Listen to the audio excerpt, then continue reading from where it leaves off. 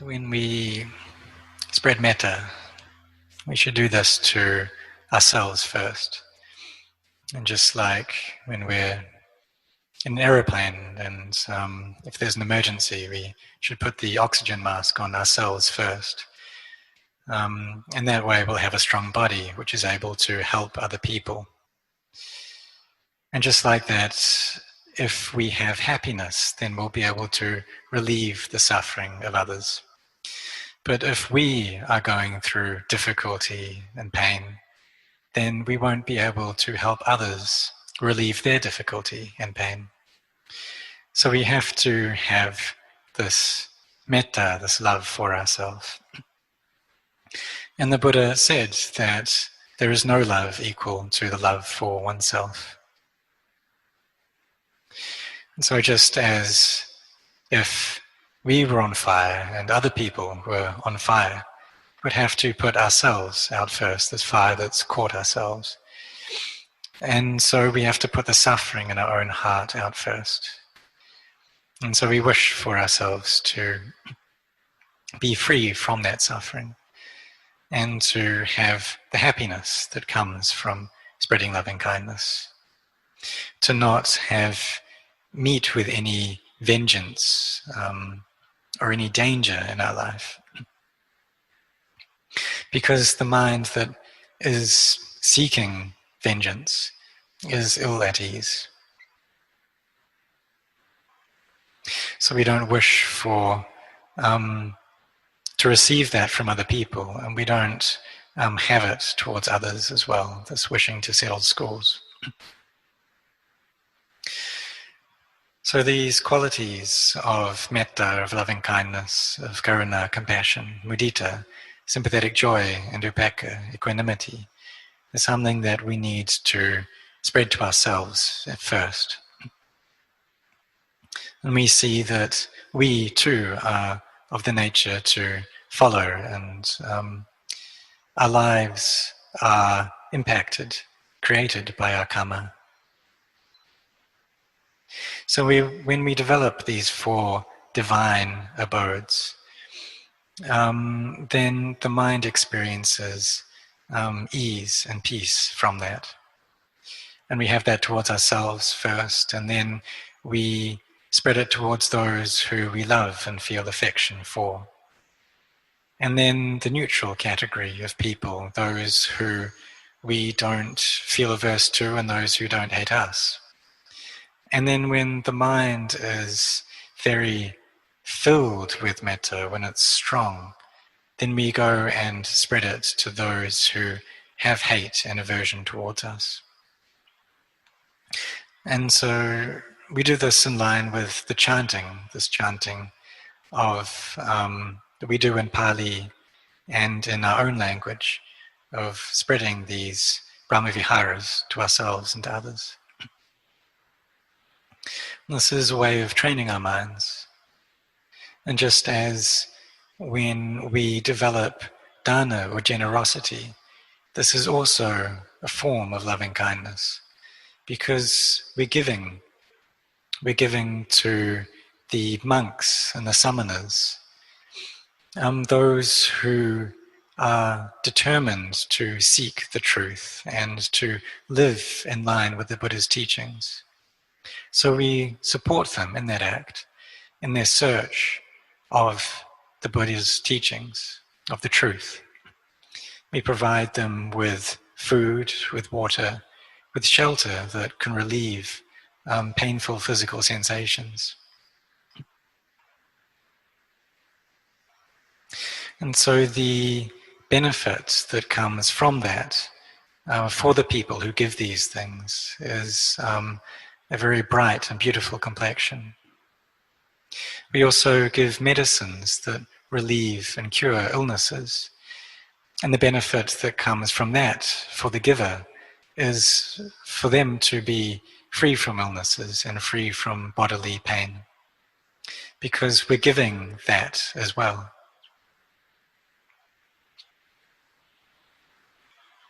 In order to create goodness like this, there has to be the intention and the thought to do it beforehand. This is something that comes from our mind. It's a skillful act of mind, these wholesome thoughts. But it's also normal for unskillful thoughts to come into our minds as well. And we see that all of these thoughts are just dhammas, they're phenomena, they're mental impressions that have arisen, last for a while and cease. If we're intelligent, then we're able to separate out between the skillful and the unskillful. And if it's a skillful thought, then we follow it. And if it's unskillful, then we just put it down, we let it go. We let it cease in line with its nature. We have this knowing quality within our hearts that's always following up and taking care of our minds. For this knowing to be very strong and for true wisdom to come up in the heart, there needs to be a foundation of samadhi for that to rest upon first. Developing these 4 divine abidings of kindness, of compassion, sympathetic joy and equanimity, they're able to give this strong foundation to the mind as well, able to support the mind so that it can calm down into peace. And these are qualities that support and prop up the world as well. Because if the people who live in the world are devoid of kindness, then there'll just be chaos and difficulty. But if we have this kindness towards one another, then this world is able to stay on. We're able to live together.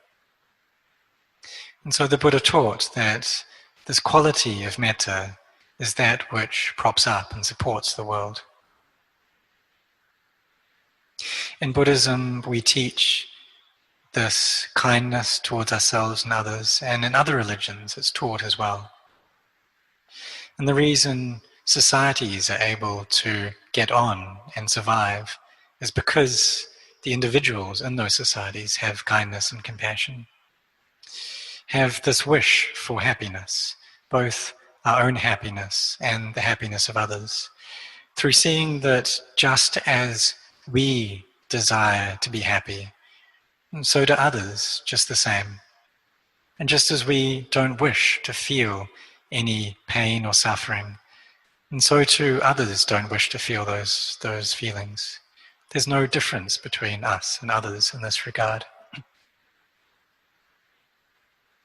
When we have this understanding, then the mind will be firm through this quality of metta, of kindness. There will be happiness in the heart, a feeling of ease and contentment. There won't be any wish for harm or for settling old scores. And so societies can get along. People can live with one another because of these qualities. You can see that when Buddhist monasteries are established overseas, it depends on the kindness of the Buddhist communities in those countries to come together and help out. And oftentimes it's Thai people that help out these monasteries and support them. But really all of the Buddhists in those countries, they join hands in helping to support these monasteries. And so they're able to flourish even in non-Buddhist countries, all through the power of this quality of kindness. When we develop kindness frequently in our hearts, there are many benefits that come up for us. When we spread out metta, then we'll sleep at ease and we won't have any nightmares. When we come to practice and take up the sila, the 5 precepts, this in itself is a form of kindness, because through taking these precepts, we're not causing harm to other people and to ourselves. We're building up goodness in our own hearts, and the result of that goodness is a happiness. It's something that comes up and is apparent right here and now. Whenever we build goodness, whenever we do acts of merit, then the heart feels at ease right here and now. There's a pleasant feeling, quality to the heart. So when we keep these precepts, then what we're doing is maintaining wholesome actions of body and speech. We speak words that are true, that are pleasant to hear, that aren't insulting or coarse, and that aren't frivolous. And this is right or correct speech. We also take up wholesome actions, that which doesn't harm the lives of ourselves or others. And this is right bodily karma.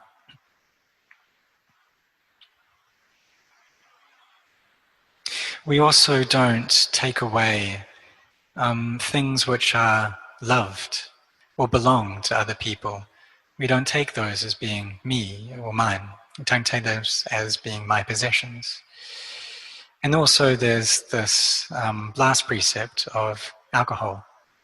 And we can also include cigarettes under that as well. We don't take them, and our minds are able to stay in a normal state, and we can develop our meditation practice. There was a novice who came to ask me about this last precept, and he asked, if we drink but we don't get drunk, is that wrong? Is that an unwholesome act? If we drink alcohol, but we have mindfulness as we're doing it, then that is wrongdoing, but it's a minor form of wrongdoing. And there's actually a story that's related to this that I'd like to tell. There was a monk at the time of the Buddha, and this monk was, he had very strong psychic powers. And very recently, or just before this, he had done battle with a great naga, this great serpent, and had defeated it through the power of his psychic abilities. After this feat, he walked into a village, and the villagers wanted to celebrate his victory. And they did this by offering him one small teacup of alcohol, what they called pigeon's foot alcohol. And so the first house that he came across, they came out and offered him one teacup of this liquor, and he drank it. And then he went to the next house, and as he walked past that house, they came out and offered him one cup. Then he passed the next house, and they offered him another cup. And by the time he got to the monastery, he had passed many houses, and he was thoroughly drunk by that time. And normally this monk had great respect for the Buddha, and whenever he went to sleep or lay down, he would do so with his head pointing towards the direction that the Buddha was in. But in this drunken state, he had no idea about direction. He didn't have a clue which was north and which was south. So the monks who laid him down, they put him with his head towards the Buddha. But in his stupor, he turned around and he pointed his feet towards the Buddha. And so the Buddha said to the other monks, well, look at this. Just recently, this monk with great psychic powers had fought with this powerful naga. But right now, he wouldn't even be able to defeat a tiny snake. And this was because the alcohol had destroyed his mindfulness. So through drinking, this monk had just lost his presence of mind. As practitioners, we know how difficult it is already when we're sober to have and develop mindfulness. And if we drink a little, then there'll be a little harm that comes from that. But if we don't drink any alcohol, there'll be no harm that comes towards us. So this abstaining from alcohol falls under right action. And when we keep right speech and right action, then we're also in line with right view. We have this foundation in goodness, a wishing to keep away suffering. But even though we have that wish, we realize that suffering is waiting right in front of us, because soon we'll have to meet old age, sickness, and death, and all the things we like and love will become separated from us. So knowing that we will have to meet with these things in the future, we should cultivate our mindfulness now, so we have the strength to be able to fight with these things. And just as if we were to go on a journey through very remote and difficult country, we would need a strong body that was free from illness to be able to do that. We'd need to gather provisions for the journey first. So for us, we need provisions to travel on in the cycle of samsara. Because if we don't have these four requisites, or if they're lacking, then it's difficult for us to get by. If we have created bad karma in the past, then we won't have these provisions to carry on this journey with happiness. So we'll meet with a lot of suffering and a lot of difficulty. If our minds don't have mindfulness, if they're lacking in wisdom, then we'll have to experience suffering. So when we are lacking in these four requisites, then life is tough.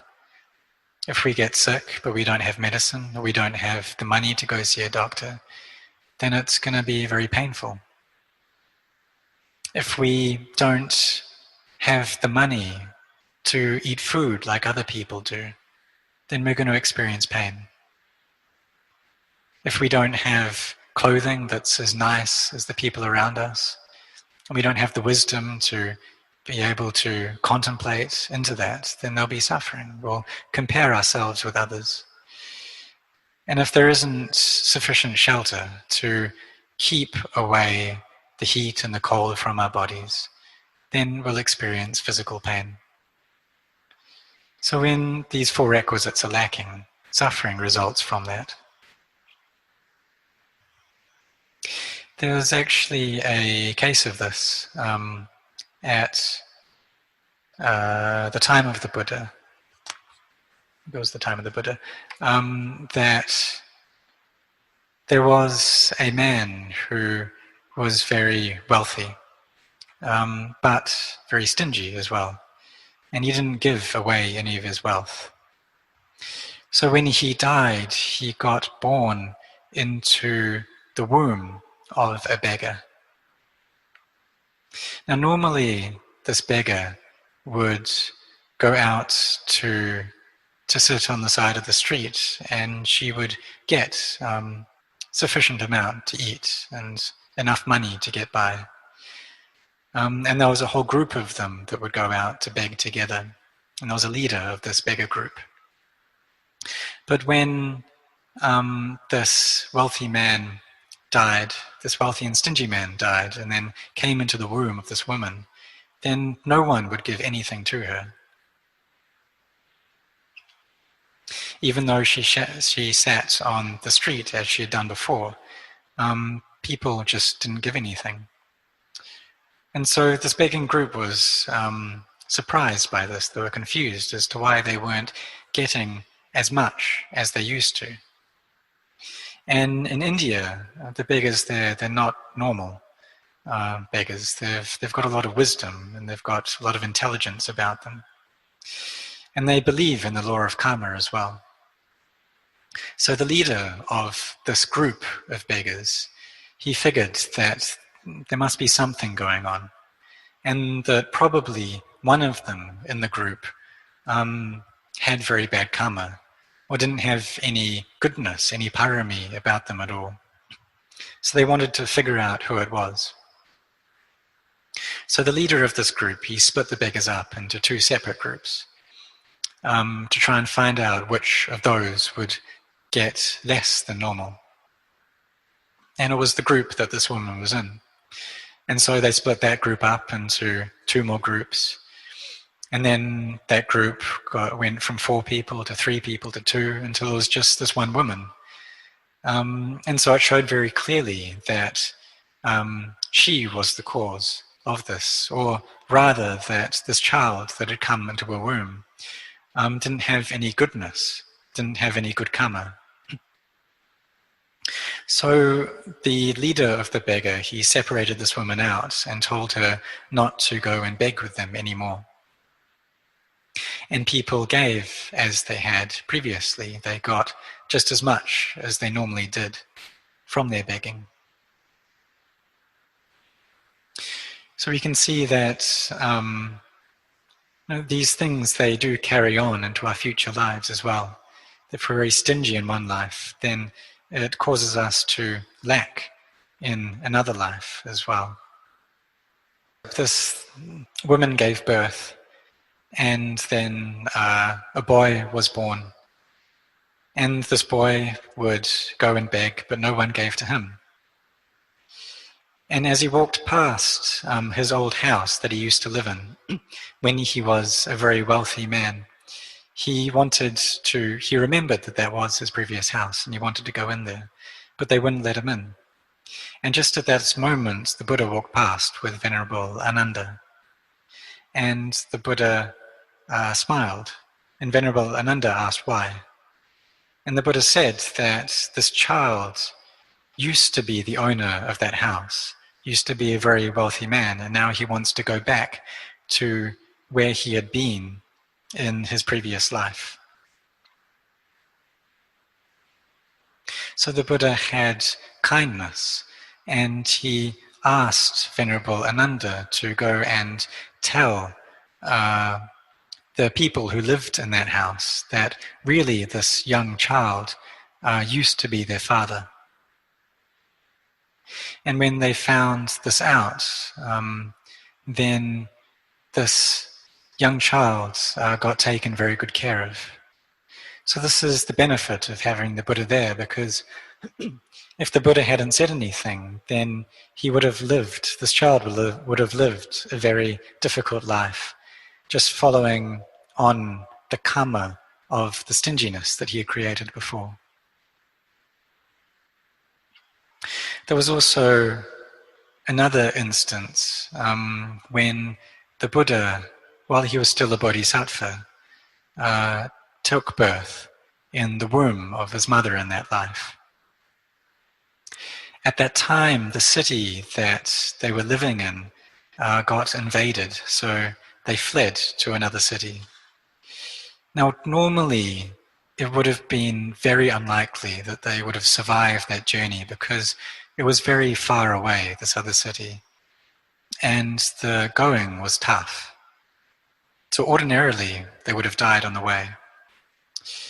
But Indra came down to help them out and showed them a shortcut to this new city, and in not long they were able to get there. So this comes from the goodness that the Buddha had created through all of the generosity that he had cultivated in his previous lives, and also the great kindness that he had.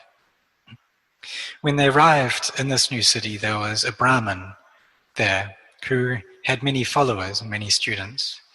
And when he saw the Buddha's mother, there was this love, this metta, loving kindness that just naturally flowed forth towards the Buddha's mother. And he considered her to be like his child. And this was due to the Buddha in his mother's womb who was constantly spreading out loving kindness. And so they received loving kindness in return. You can see that when we develop kindness and compassion, sympathetic joy and equanimity, then there's benefit that comes back towards us. Others want to help us when we go through difficulty, and this is the benefit of the goodness that we've created, that we've cultivated previously. So we see that goodness and merit is a cause for happiness, and unwholesome deeds result in suffering. When we have the time, we should come to practice in the monastery, whether it's for 3 days, 5 days, 7 days, 10 days. Whether we can come on Saturdays or Sundays, then we should try and do that. Or there are people who, when it comes to the rains retreats, they take up the precepts every day and they try to come to the monastery every day. By doing this, we create goodness and kusala, these skillful acts, something that is a benefit and brings happiness to ourselves and others, and this arises in the present moment. When we have created this goodness, then after death, at the breakup of our body, then we get reborn in heaven. It's another life that we take, just like these human lives, but it's on a higher plane. There's great happiness in these heaven realms, and when we desire something, it's easy to come about, to get that. But something that the beings in these realms want but can't get is to be in heaven forever. They'll have to pass away at some point and to take birth again in the cycle of samsara. Just like Lady Visakha and Anathapindika, they created great goodness. And so their lives circled between the human realms and the heaven realms until they reached Nibbana. So I ask for everyone here who has created a lot of good karma, created the causes for happiness and to be relieved from suffering. I ask for everyone to gain this eye of Dhamma that will allow us to understand the teachings and the truth that the Buddha taught. May all of our minds be bright, and may we gain the wisdom that will lead us out of all suffering.